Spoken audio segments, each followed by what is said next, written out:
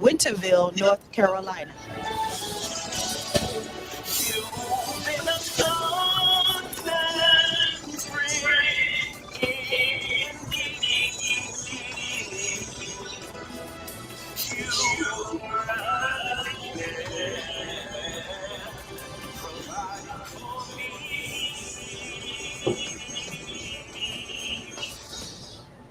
Good morning. You're listening to Real Talk for Real Men. We are on 107.5 WECU on FM, and then we're also on 1570 AM, Awesome Radio. And we are gonna we're gonna talk about anger. We're gonna talk about and guilt today. Um, we are up here. I am Pastor Tremaine Forbes, pastor of Kingdom of Heaven Ministries, Greenville, North Carolina, 410 South Evans Street. And I have with me, I'm Pastor Dan Lawson. I'm the pastor of United Gospel Outreach, Highway 11, as you enter Kinston. And Elder Nat Farrow from Kingdom of Heaven Ministries in Greenville. and also we have with us Elder Nat Farrow. He's the elder at Kingdom of Heaven Ministries. And Elder, can you hear us? I can hear you. I just said it. Can you hear me? Okay, we can't hear you. Well, so we're going to talk about handling guilt and anger. Maybe we can see, we'll try to troubleshoot while we're having this show. We have someone try to troubleshoot what's going on. All right, so we're going to talk about guilt and anger. One of the things that we're going to talk about it is I'm reading an article and I'm going to read a part of it, and it talks about guilt is viewed as an evolutionary response to inform us of ways to strengthen our belonging to the pack, helping us to sustain social connection. Guilt might be activated when we experience ourselves as being overly self-centered or caring less about another or even causing them harm. Uh, Anger is our reaction to feeling wronged by others, especially as it threatens our emotional or physical well-being. When we take time to reflect on it, we can better identify our core needs or values that are experienced as being threatened. Both anger and guilt are emotions that are helpful in creating boundaries in our interactions with others. How we respond to these emotions can be constructive or destructive to our well-being. Uh, and we're going to bring in some scripture into all this in a moment. Uh, Guilt is something just a overwhelming phenomenon sometimes. Guilt has a positive side to it, some say. This is what a lot of psychologists say. It can help us form guardrails for our behavior. It leads to ethical behavior, while anger may more likely lead to unethical behavior. For example, one study found that when angry, children more prone to experience guilt expressed through their anger and non-aggressive, disruptive behavior rather than aggression. Um, Additionally, guilt has been found to be associated with greater empathy with others. One earlier study explored the leadership between shame and guilt to, to constructive versus destructive responses to anger across the lifespan. Across all ages, shame proneness was related to maladaptive responses to anger in all its forms, including malevolent intentions, direct, indirect, and displaced aggression, self-directed hostility, and negative long-term consequences. In contrast, guilt proneness was associated with constructive means of handling anger, including constructive intentions, corrective action, non-hostile discussion with the target of anger, cognitive reprisals of the target's role in the positive long-term consequences. So I'm gonna depart from this a little bit so I don't sound like psychology, a psychology journal. Good morning, Apostle Gardner. Oftentimes we can feel guilt about several different things. Pastor Lawson and Elder Nat. Sometimes I know I have felt bad about things I have not done. So we do understand that you feel guilty about things you've done and things you have not done. And I was talking this in Bible study last night. One of the things that we kind of discussed is that some people think that maybe Paul's thorn in the flesh could have been how he treated early Christians. That's a memory that he couldn't escape. Matter of fact, sometimes he said, "I'm the least of the apostles."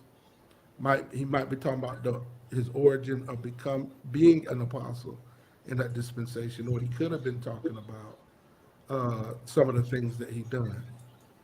And you notice a lot of people were scared of Paul. That when he first came, people thought maybe this might be some kind of Trojan horse kind of trick he's pulling, then turn around and have us all killed. So, but when God first saved Paul, we did notice that the Lord did allow him, well, caused him to be blind. Let's make it plain, for a little while, so that everybody can observe him in that humble state. And just the whole thing, it's just the way it was worked out was just a masterpiece. But going to it, going back to it, you can feel guilty about things like, hey, maybe I should have been there for a parent that was ailing, or maybe you weren't there when somebody might have passed. I known of a situation where someone was out of the country and couldn't get back in time for their parent while they were in distress, and then they just felt awful about it, beat themselves up about it. I've known situations where people didn't have the opportunity to tell a loved one or a friend, "I'm sorry." And the enemy will try to capitalize on that and hurt you over and over again for something that happened, could have been 10, 15 years ago, could have been 10, 15 minutes ago. But the enemy capitalizes on our guilt. What do you have to say to that, Pastor Lawson? Well, there is a lot of guilt that people carry that's misplaced, that they probably shouldn't be carrying. And of course, all guilt, whether it's misplaced or not, it carries consequences if there's no solution to it, if it's not remedied. So, and again, I also agree that there is a positive side. The positive side has to do with our ability to feel guilt, not the guilt itself. I don't think there is anything positive about guilt. What's positive is the ability to feel the guilt, because that gives a person an opportunity to make things right. Because if you don't feel it, then if you don't feel the guilt, then you may not take proper steps to remedy the situation. So the fact that we can feel guilt is a good thing. So guilt has to be remedied. If you're experiencing any kind of guilt, it needs to be remedied, whether through counseling or addressing it through some other means. You definitely want to address it. That is so true. Elder, do you have anything you can say? Let's see if we can hear you. Yeah, can It's working in the background or We something. have somebody working, but also I sent you a message. So we have to learn how to deal with guilt. Some of those things, like we said, it might be some behavior. I remember I teased this young man really bad in high school, and he was like one of the kids that was saved. I won't say. Quite naturally, I grew up in church, so I just was mean to him, called him names, picked on him. I did that with a lot of people, but he just was one of the people that I had done it to. And when I remember when I got saved, I was 18, just turning 19. I think I was 19, just turned 19. Man, when I saw him, I can't remember what the occasion was, he had went off to school, and when he got home, I told him, I said, "Hey, guess what?" He was like, "What?" I said, "I'm saved." And he said, "You can't." He said, "You can't be saved." I said, "Could?" He said, and then he was like, "All the way you treated me in high school." He said, "Many days I prayed that God would kill you," which he was young, immature, and but I was a terror, and so for a while I felt a lot of guilt. Every blue moon, if the enemy can ever get me to feel, try to get you in the area of condemnation, he'll try to make me feel bad about some of those type of things. And I'll pray for the person. I'm gonna be quite honest with you, even though that might be hello. Oh yeah, this is Elder Nat. Okay, good. And so sometimes I have felt so bad about the things that happened. I remember one particular time I was going through something, maybe twice, and not because of the guilt, but I kind of wanted to recompense some things that was going. It wasn't necessarily nothing that I had caused in that area, but I thought about now sending something to cash out because I just wanted to some form of recognition. We built a wonderful relationship now, but at the same time, sometimes I feel a lot of times people will get under the burden of guilt, certain holidays, certain things you might have done. I know, and not that I'm trying to take a spin. I've known situations where women felt bad after having an abortion years later, and the enemy has tried to take and put the fame fit on some people.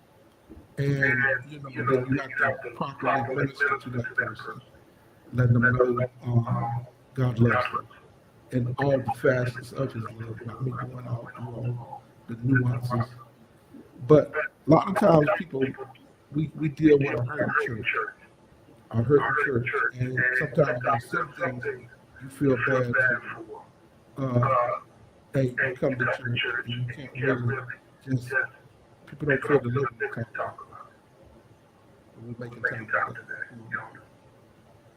that. Well, this is an interesting subject.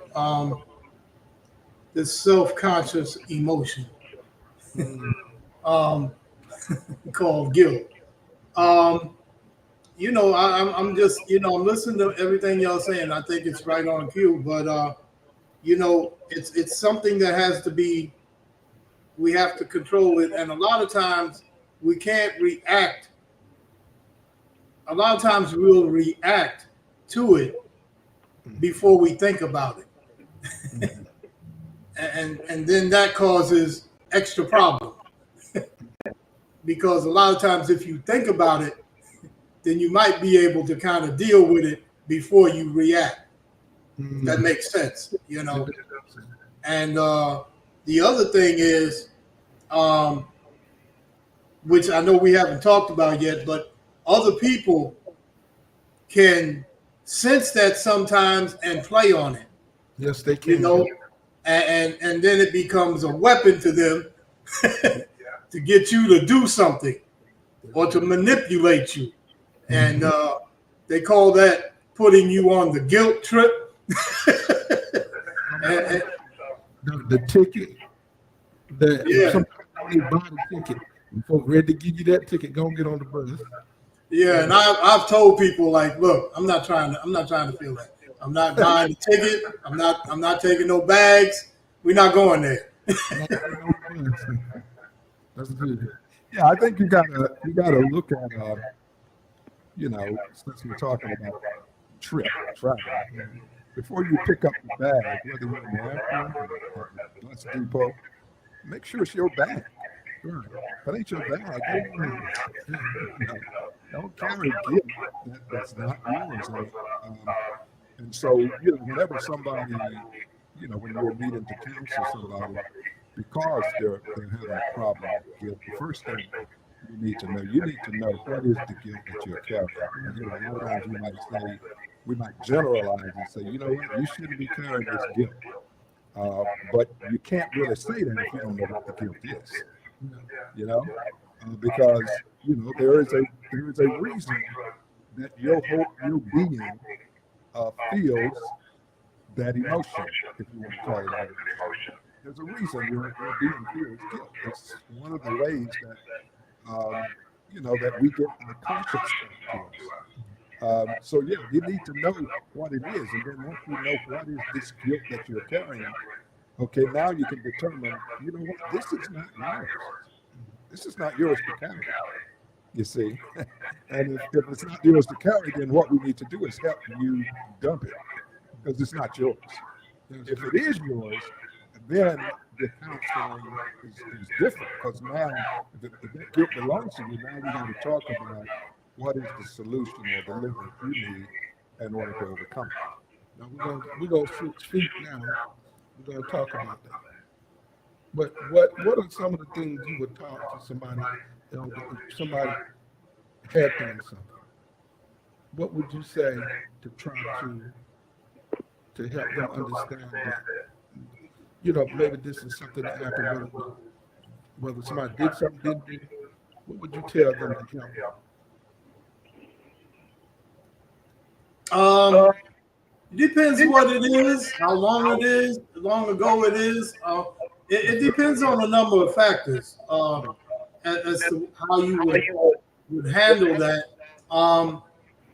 I think, and you guys are more into the counseling and psychological aspects of this, but from what I understand about the counseling and psychology and what psychologists do is a lot of times you get the people to talk about it because a lot of times the answer they have the answer, but they need somebody to talk to. That's why a lot of times when people I watch, I guess, a lot of shows on TV are cop shows. I thought about that one day. I was looking. I said, "My goodness, there's a lot of police shows." and one of the things I've noticed that they have dealt with is that, like, a policeman would have a shooting, and they immediately send them to a psychologist or somebody to talk to about it. You know what I'm saying? So they can kind of work through it. And they always tell them you need to talk to somebody. And so it's a lot of times it's the person talking their way through it, getting it out. And when they hear it from themselves, it helps them. So, That is so good, man. My God, it almost sounds like you wrote the book. It's really, because really that's what the church is trying to do. The best and therapy, they're trying to help you to walk through. Just keep coming. Tell what's going on. Tell how you feel. And then in the process, they want you to be able to find the answer to come out your mouth first. So they can tell you. A lot of times people want to go to the therapist and have you tell them that this is what it is. Oftentimes they want you to walk out that you discover this is what's going on. They got ways to kind of help you get through it, but they want you to walk out until you get to it. I want to talk about self-forgiveness, both of those in the next segment. But I want to tell you a couple of things you can do when it comes to forgiving yourself. Number one, take responsibility, accept what has happened, and show yourself compassion. Show yourself some compassion. Remorse. There are 4 R's in the remorse. Use guilt, remorse as a gateway to positive behavior change. Number 3, restoration. Make amends with whomever you're forgiving, even yourself. And number 4, renewal. Learn from the experience and grow as a person. I think that's the best that you can do. Paul said, I'm forgetting those things. He had to let go of them. And he had to press toward the mark of the prize. So we have to keep moving. Sometimes you have to keep pressing. And you have to forgive yourself, forgive other people. God didn't make you, like Pastor said, and I want to add to it. Sometimes you grab other people's baggage. Sometimes you grab things that were yours, but sometimes you need to unpack it and throw it in the trash. And on that note, you're listening to Real Talk for Real Men. We're going to have a hopeful man and we'll be back, and we want to see you in the next segment. We love you. Real Talk for Real Men. Hello, my name is Daniel. We appreciate you for listening to Lawson Radio, 107.5 FM, 1570 AM, WECU Radio in Greenville. Here's a minute to inspire fresh hope in your busy day. For the most part, forgiveness is not a one-time event. We may need to go through many bouts of forgiving as a part of the process of forgiving. As we consistently release each recurring thought of an offense, eventually the thoughts will stay away. The process will be complete. The fight will be won. Jesus emphasized the again and again nature of forgiveness when he said, if your brother sins against you 7 times a day, and even 7 times comes back to you and says, I repent, forgive him. No matter what your circumstances, it's never too late to choose the road to forgiveness. This Hope Minute was brought to you by Hope for the Heart. To learn more, go to hopeminute.org. Hello, my name is Daniel out of Greenville. Thank you for listening to Awesome Radio, 107.5 FM, 1570 AM, WECU. Surely in the family, God is with me. Surely in the family, God is with me. Surely in the family, God is with me. Well, we're back, and we're going to talk about forgiveness. Some of that Elder and Pastor Lawson talk a little bit about forgiving yourself and forgiving others. And I'll be back in a moment. What was those 4 R's? The 4 R's, I'll surely forgive them to you in 1 second. The 4 R's is responsibility. You want to accept what has happened and show yourself compassion. Number 2, remorse. Use guilt and remorse as a gateway to positive change. Number 3, restoration. Make amends before ever and forgive even if it's yourself.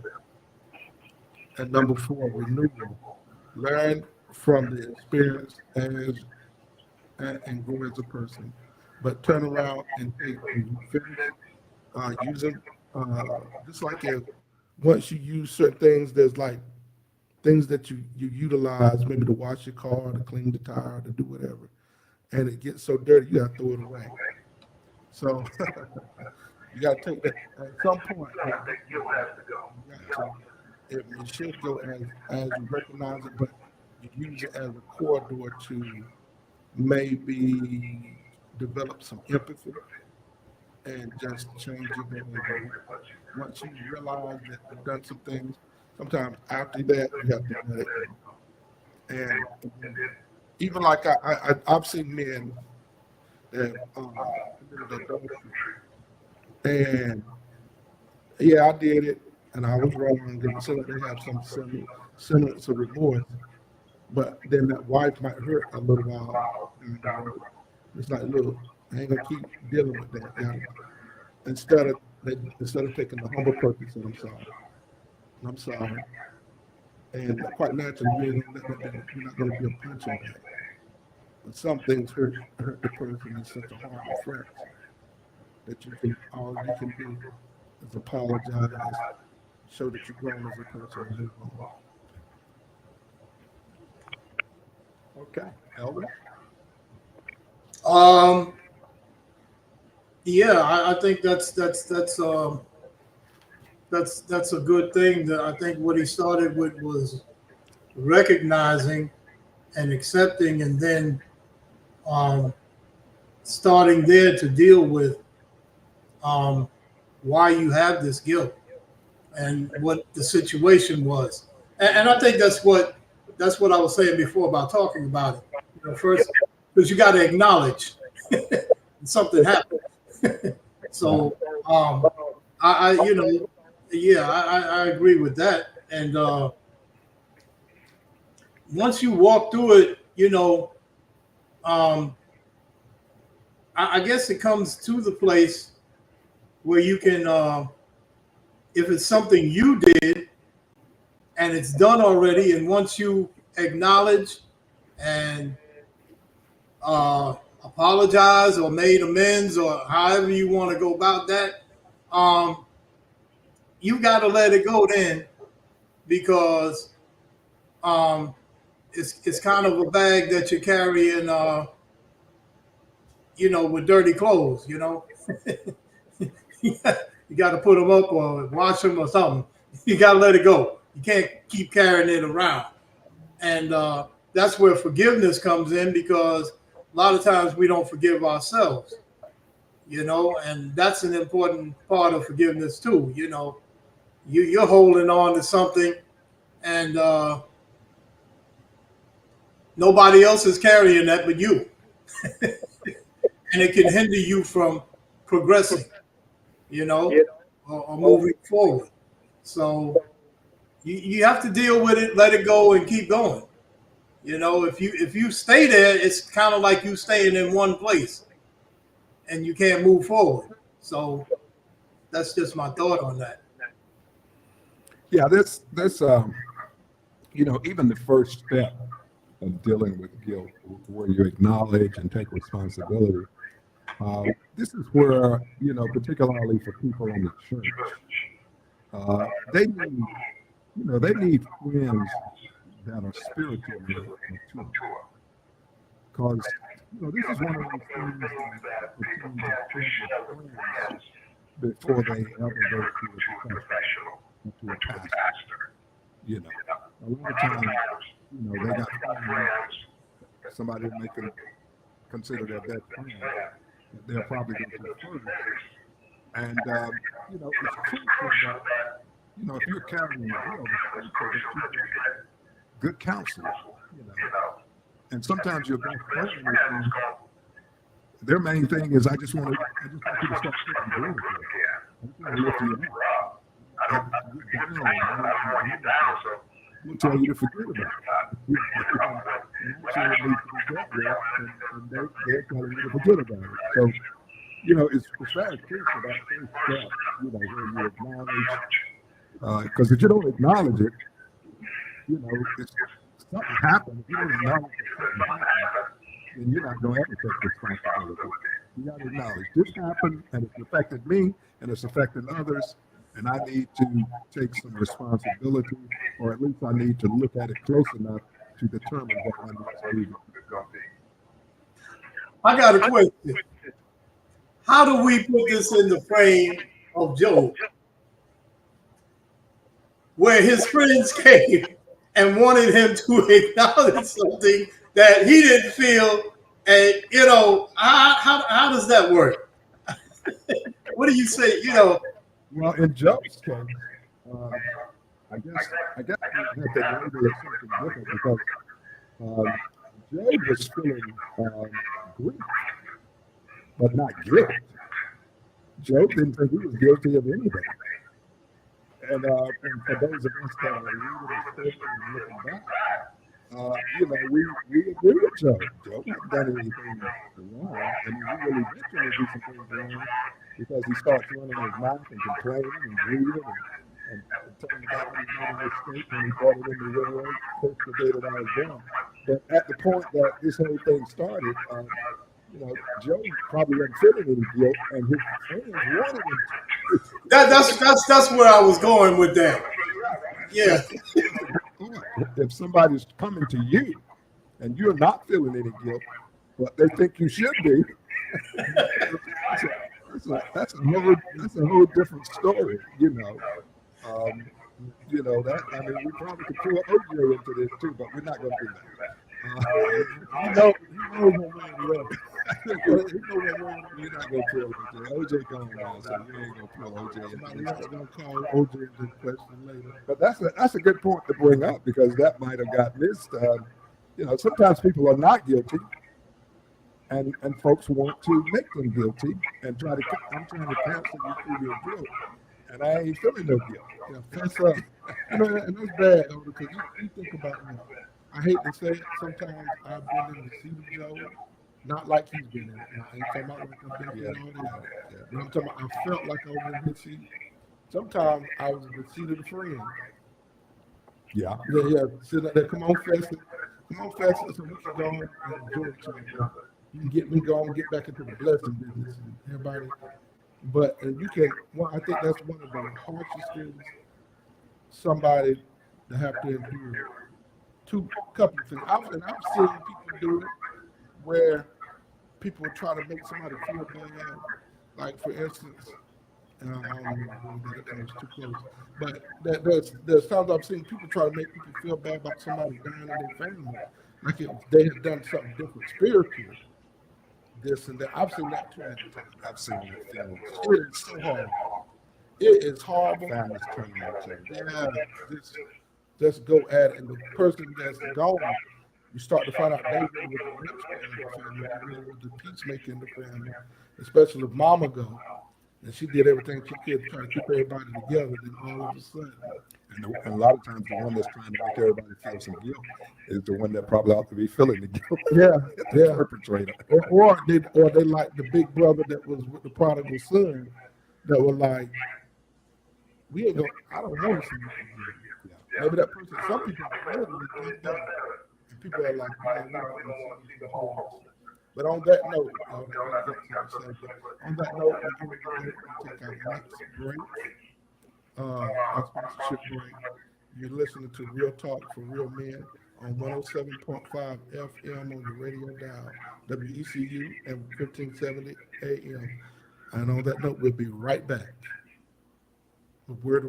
Hello, my name is Hayden. Thank you for listening to Awesome Radio, 107.5 FM, 1570 AM, WECU. Pastor Paul, who faced severe harassment. Stay tuned, you'll want to hear his story. Legal advice you must not ignore. All ahead on today's Legal Alert. Here's attorney David Gibbs Jr. In the great state of Georgia, a local man had developed a true hatred for one of the pastors in his city. Unbelievably, he began to systematically harass this pastor, threatening him with harsh words and physical aggression. He even ratcheted up his harassment to include the pastor's wife and children. Not knowing exactly how to handle this sensitive matter, the pastor called the attorneys at the Christian Law Association. Sadly, we see this type of issue on an increasing basis. In quick order, we at the Christian Law Association were able to get the local authorities involved. After a restraining order and some instructive words from the sheriff, the angry man discontinued his unwarranted actions. Always be sure to include the local authorities. If you have an issue of this nature, please call us at the Christian Law Association. We would be honored to try to help. Connect with the Christian Law Association online at christianlaw.org. That's christianlaw.org. Or call 888-252-1969. You're listening to Awesome Radio, WECU, 107.5 FM, 1570 AM. Christian media with the spirit of excellence.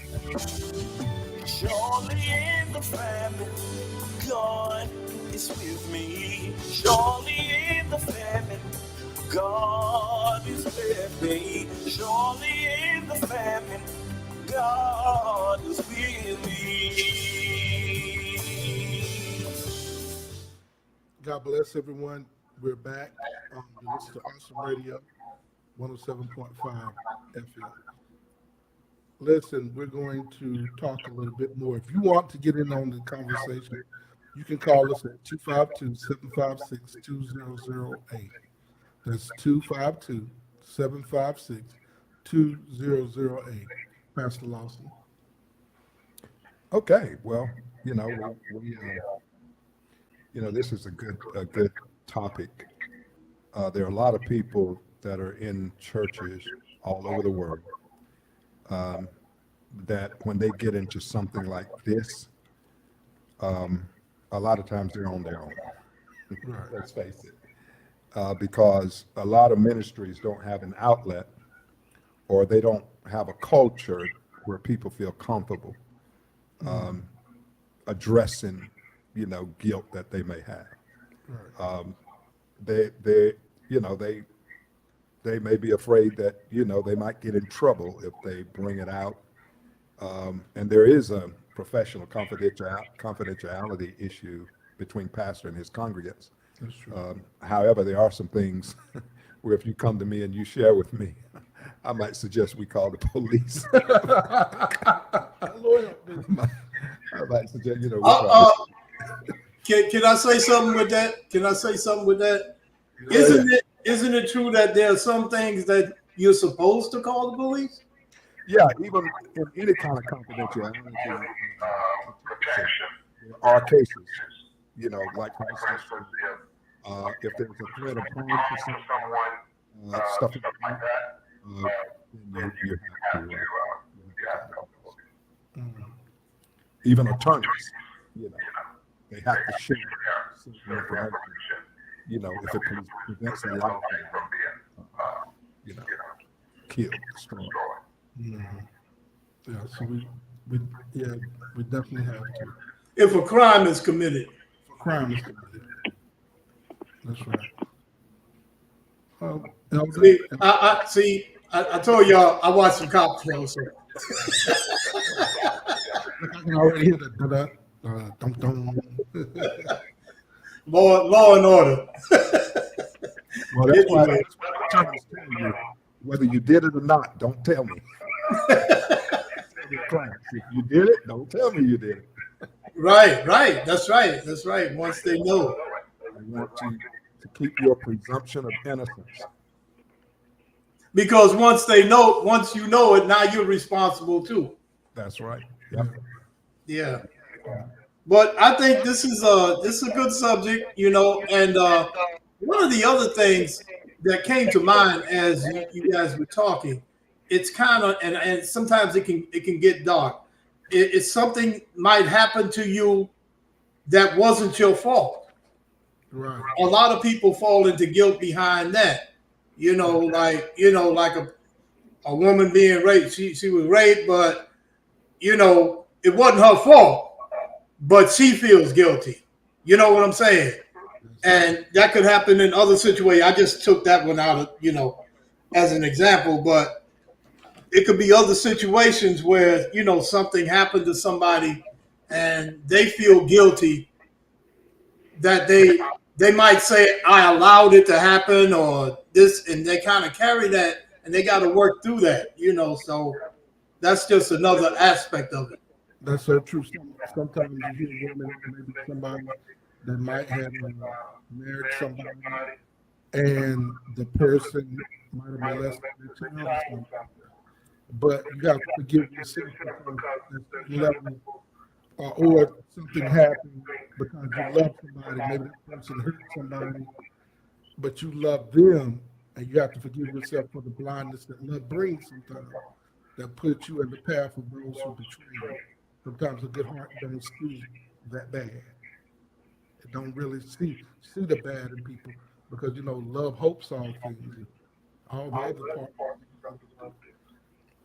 we have to forgive ourselves and move on. Yeah, and moving on, it sounds simple when you say move on, but sometimes move on needs to include some kind of plan. You know what I'm saying? For instance, you may feel guilt, and it was something that you control, but now that you are aware, sometimes there's things you can do to make things better, and you might need to take that down, but even though you dealt with your guilt as far as the situation is concerned. Like for instance, if you see somebody married somebody or had a companion that molests a child or something like that, and you're trying to get over the guilt, and so you get over the guilt, but you're not going to be in a situation where you allow that to happen again, especially not with that same person. Well, I'm forgiving you, but you're going to jail. Or even if you don't go to jail, you ain't going to hear that. That's why I think too, at counseling, I would imagine, because you guys do it, but counseling, you got to be careful with how you tell people to move on, because a lot of times people can say, and it's not so much, in your positions, but in general, a lot of times we can, we don't know how people are feeling. That's true. And they may not be ready to move on. Or sometimes somebody's going through something. I learned this years ago. Sometimes people are going through something and you come with the scriptures and they're, these positive scriptures, and they're kind of like, yeah, okay, but that's not how I'm feeling. You know what I'm saying? So we have to be cautious with how we approach folks that are dealing with things like that. Yeah, you don't want to bruise the victim. Yeah, move on should always include a plan. It should be a plan. And then sometimes people ask, okay, moving on. Yeah. What parts can you make your life move, get a little further? Because I'm seeing people hurt sometimes. Yeah. If that makes any sense. Sometimes it's just the empathy that you develop by just seeing something people go through. And you just got to, you pray for them, you give them encouraging words, you do whatever you can to help lift the burden. And, go ahead. Yeah, I was going to say it's easy from the outside to tell somebody, you should do this, and then you quote the scriptures, just trust God and just do this, do that. And they're kind of like, that's easy for you to say until you in it. And when you get in it, it's kind of hard to remember those scriptures. You got to really do that. I don't know if y'all ever been through that, but, it was easy when you was telling Joe, that, hey, you got to do this and be like this and be strong. And yeah, but now you in it. And you kind of, wait a minute, where all the scriptures at? I was telling Joe. I got a basketball analogy. It's like when I was playing basketball. And, certain people, I just didn't want them on my team because. So it's the last shot of the game. And, you got the guy bringing the ball down and he just jump taps some circle shot. And I'm standing there, I'm open. And he missed the shot, we lose the game, and he said, let's just move on, man. Yeah, but we're going to play some more games in the future. And it might be over for you, but it's over for me. I do not want you having the ball if I'm on your team. So, and I know that's a little rude, but I think that's the same way sometimes in real life when people are carrying something very heavy and you tell them to move on. How can they move on when the problem has not been resolved? Just saying move on does not address the problem. The problem was you took a shot that you shouldn't have taken. Moving on don't fix that. And there's going to be another time. So there needs to be a plan that includes a strategy where if we get in this place again, you ain't the one with the ball. Yeah, but that same thing, you not picking that person feel bad now because I'm not getting picked. And then you turn around in another game, you the person that's not getting picked. Yeah. Now you got to deal with that. Well, I'm going to hit the shot. That's what I do. You don't let me.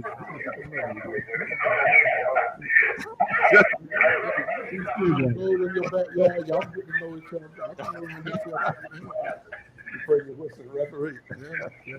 Elder He said he used to be a phenom. But you're right, Eddie, because I've had situations where I had to, where I felt the pressure to have to intervene and straighten somebody out.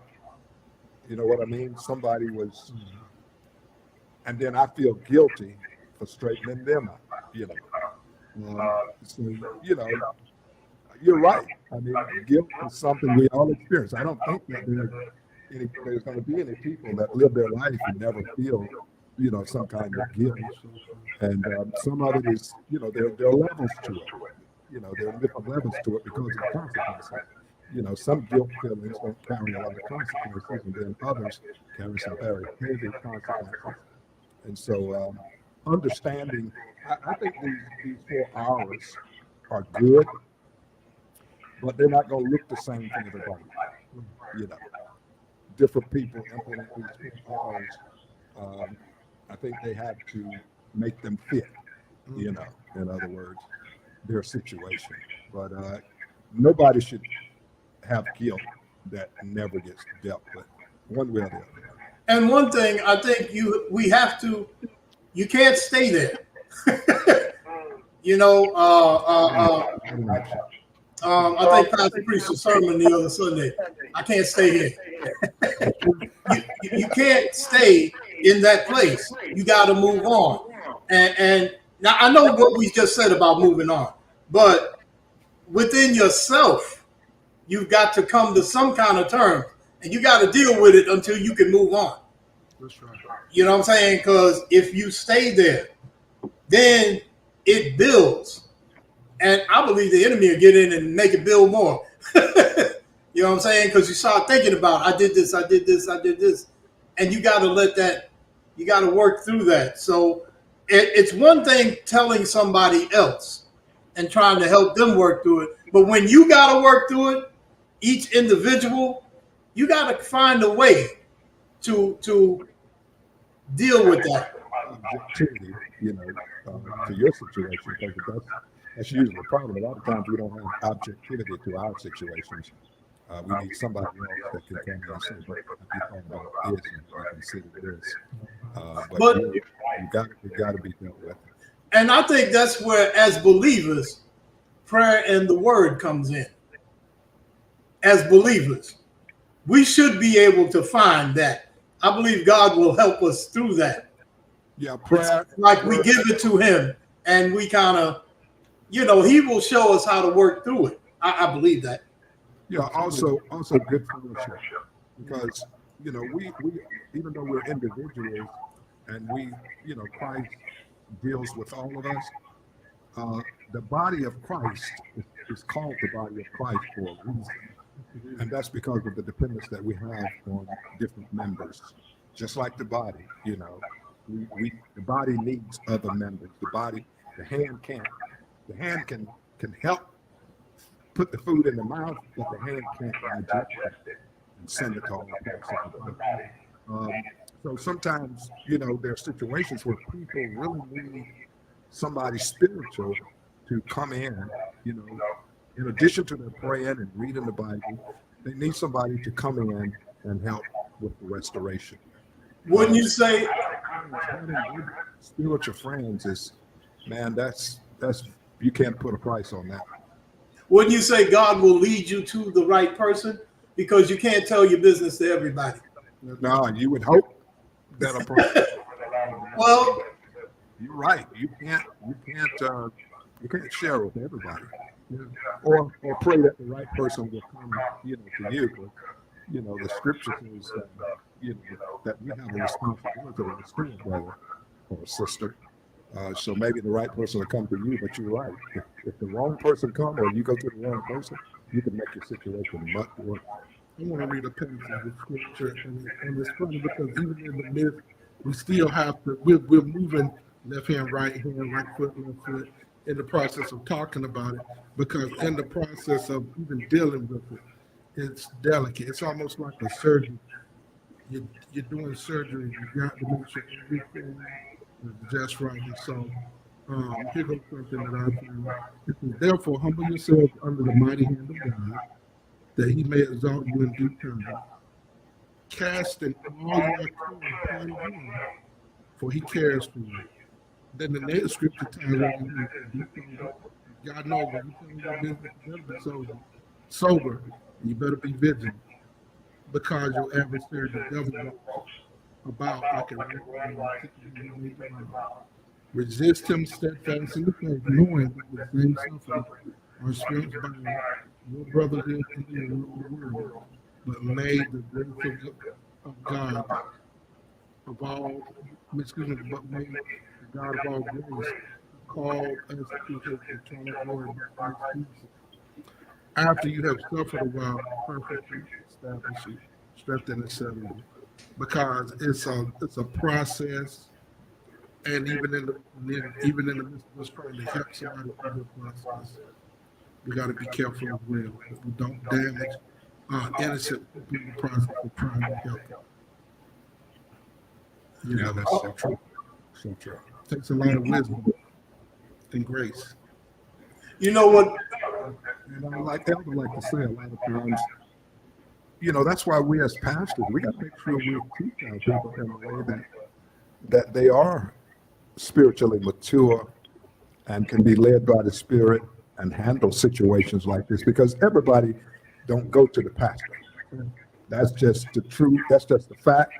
As a matter of fact, you probably could say that most people in a congregation not going to go to the pastor as much as they go to other members to talk about their problems. You know what came to my mind when we just transitioned to this little part of it?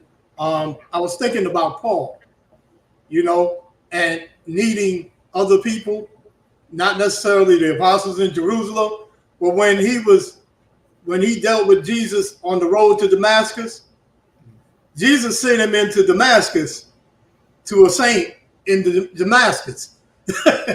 That he sent him to somebody that that helped him, and that body of believers, helped him to transition to where he needed to be. And then when they snuck him out and got him, and then they didn't want him in Jerusalem, then after that, we know that Barnabas went to him and got him. Yeah. So the body works. God, I believe God helps us through these things, so I would imagine there was a certain, you mentioned this earlier, Pastor Lawson, there was a certain amount of guilt after he saw the light that I've been doing these people wrong. Yeah, you could he brings it up every now and then, not necessarily to express guilt, but he brings it up, to talk about how far God brought him, because he was actually killing people in the faith that he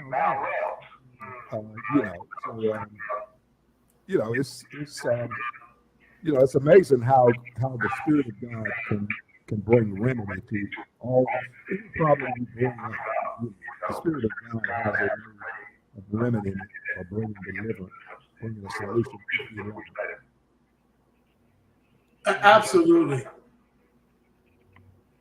And that's where when we can lean on that, that God will, he's in it with us as believers. Now, folks out there, they don't have that, but we have that. We're not alone. That's so true. And you've been watching Real Talk for Real Men on Awesome Radio, 107.5 FM on your radio dial ECU, 1570 AM. God wants to bless you, and we're praying that God bless you, that God help you to manage your feelings, your emotions, and your well-being, and He loves you and He cares for you.